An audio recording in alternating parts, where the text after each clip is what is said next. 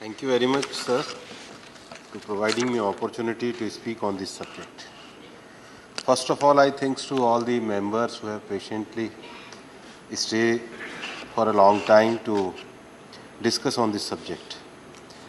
I want to thank Surita Devji, Bhuvanesh Kalita ji, Ayodhya Rami Reddy ji, Vasan ji, Shri Ram ji, Brajlal ji and V.S. Reddy ji for their contribution in this debate.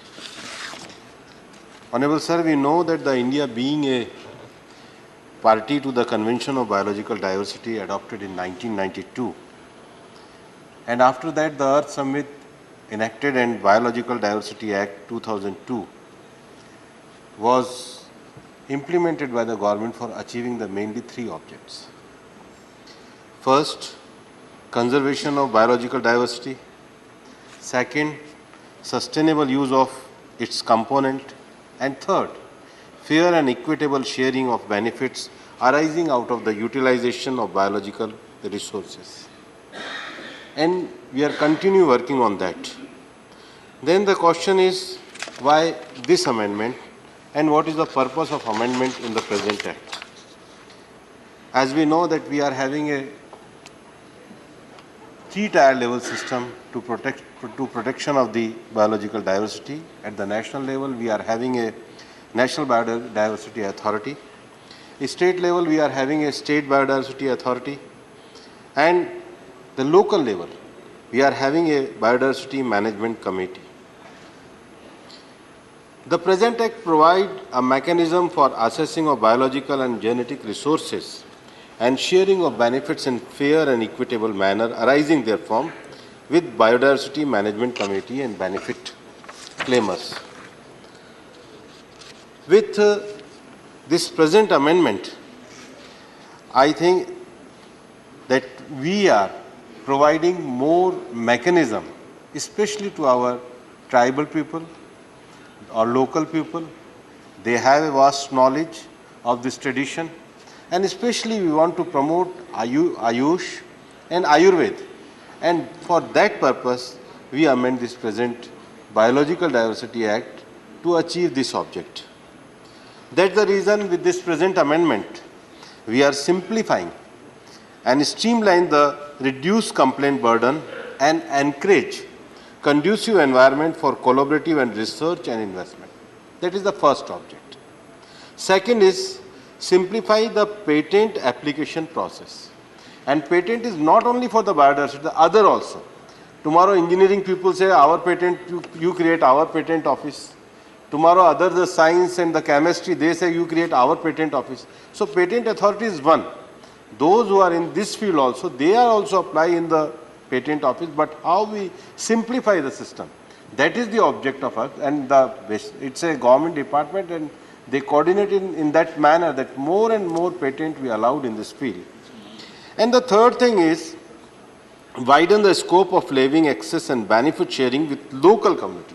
That is the main object, and to further conservation of biological resources. And that's the reason with the present amendment and after talking with the stakeholders or concerned person, the present amendment aims to reduce the pressure on wild medicinal plant by encouraging cultivation of medicinal plants and removing the ABS compliance burden on the Indian industries. That is the first thing. Second thing, exemption of codified traditional knowledge from the purview of the Act for Indian companies. So we want to promote more and more Indian companies, and we want to protect the traditional knowledge also. Third thing, prior to this amendment, there was a very difficulty to the Indian companies to clubbing with the international organization, academicians and researchers. And with this amendment, we are aligning the provision with the Companies Act 2013 with regard to the definition of Indian and foreign company for attaching more foreign investment in research and commercialization. It is also an object of this amendment to facilitate fast tracking of patent application process of Indian company without compromising the national interest and other international agreement where India is a party.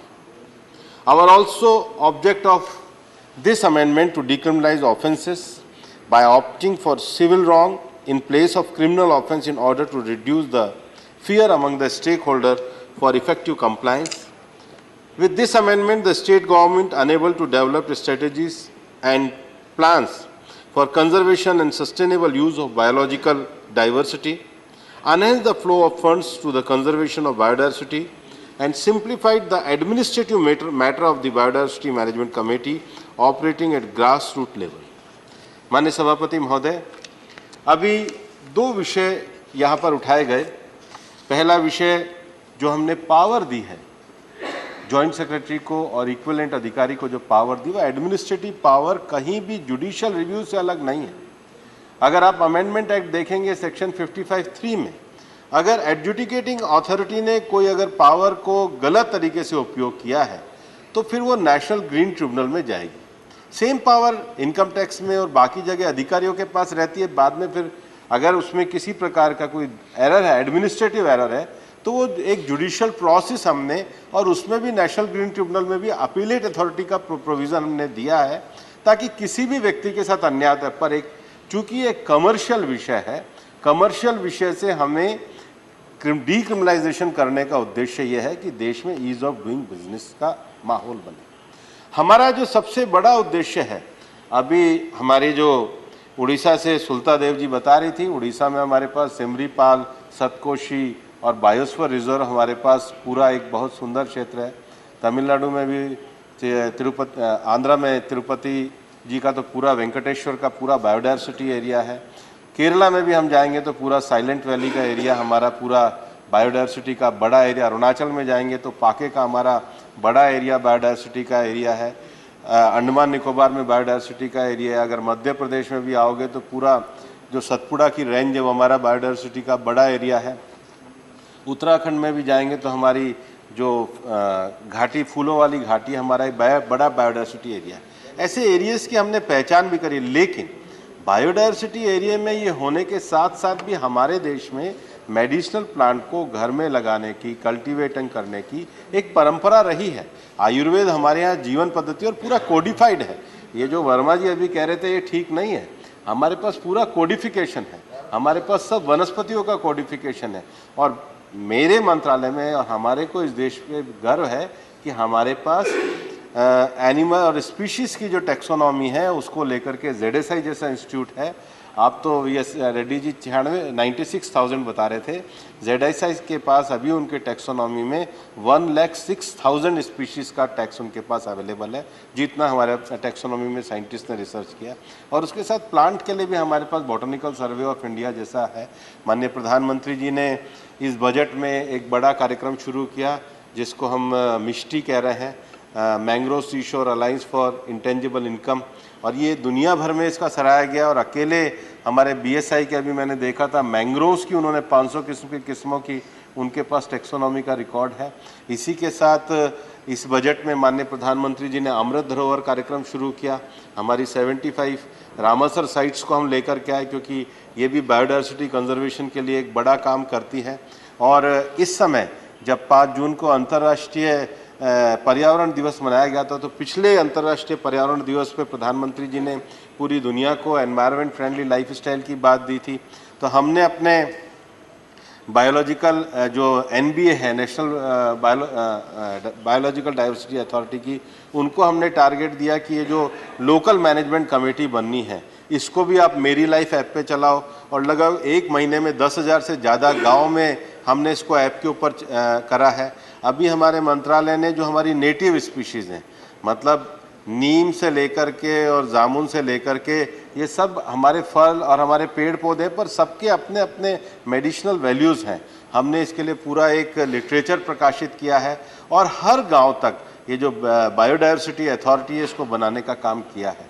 लेकिन इतने बड़े स्तर पर जब हम अपने biological resources की सुरक्षा की बात करते हैं तो उसके साथ साथ उसका संवर्धन, अपने ट्रेडिशनल नॉलेज का संवर्धन, उसके द्वारा रोजगार को खड़ा करना और रोजगार के द्वारा भारत के ट्रेडिशनल ज्ञान के साथ दुनिया को जोड़ना।